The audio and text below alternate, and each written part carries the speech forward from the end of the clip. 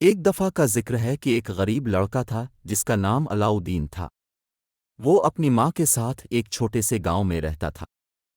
ایک دن علاؤ الدین ایک جادوگر سے ملا۔ جادوگر نے علاؤدین کو بتایا کہ وہ اس کا چچا ہے اور وہ اسے امیر بنانے میں مدد کرنا چاہتا ہے۔ جادوگر علاؤدین کو ایک جادوئی غار میں لے گیا۔ غار میں ایک جادوئی چراغ تھا۔ جادوگر نے علاؤدین کو چراغ رگڑنے کے لیے کہا۔ جب علاؤدین نے چراغ رگڑا تو ایک جن ظاہر ہوا۔ جن نے علاؤدین کو 3 خواہشات پوری کرنے کی پیشکش کی۔ علاؤدین نے اپنی پہلی خواہش میں ایک خوبصورت محل کی خواہش کی۔ جن نے اس کی خواہش پوری کی۔ علاؤدین نے اپنی دوسری خواہش میں ایک خوبصورت شہزادی کی خواہش کی۔ جن نے اس کی خواہش بھی پوری کی۔ علاؤدین نے اپنی تیسری خواہش میں جادوگر سے چھٹکارا حاصل کرنے کی خواہش کی۔ جن نے اس کی خواہش بھی پوری کی۔ علاؤدین اور شہزادی کی شادی ہو گئی اور وہ خوشی خوشی رہنے لگے۔ لیکن جادوگر نے ہار نہیں مانی۔ اس نے علاؤدین سے چراغ چھیننے کا منصوبہ بنایا۔ جادوگر ایک بھکاری کے بھیس میں علاؤدین کے محل میں آیا۔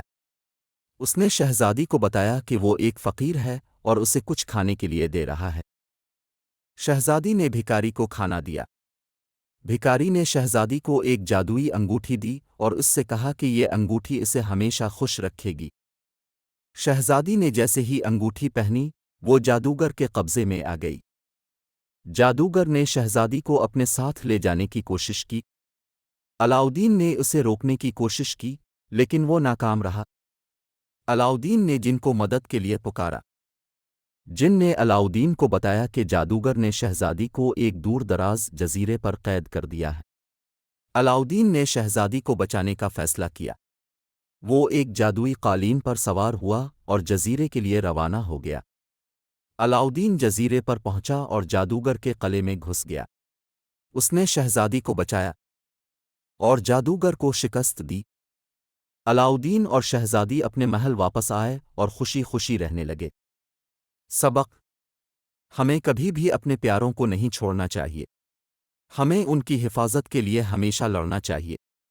ایک اور سبق یہ ہے کہ اچھائی ہمیشہ برائی پر جیتتی ہے۔